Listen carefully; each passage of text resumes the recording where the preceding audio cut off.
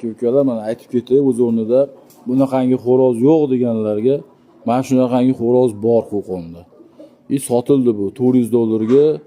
Buni aka-ukalar urushishini ko'rmaganman, to'g'risini aytish kerak. Akam ham ko'rishgan yo'q. Buni endi chachtirsa, ballari urushsa kerak aka.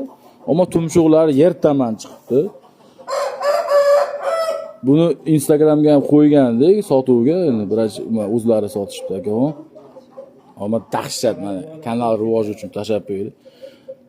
Xudo xolasa ko'pchilik aytayapti, aka bu urushtirib ko'rsam men hammasini aytaman, yo'li qanaqa. Ammo buni ballarni urushtirsa, xudo xolasa zo'r chiqaveradi. Yaxshi makonga qo'shib, mana shuna tumshuqli olsalaring.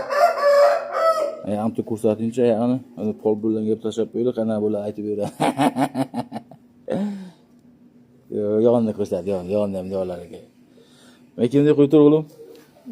Qo'y mana shu. Polvonni ko'rsataylik. Mana aka-ukalar, papugay azer, Hind azer. Akamiz o'zlari Toshkentlik birachkalardan olishgan ekan yoshligida. Mana uni sotib yuborishdi, zotga sotildi.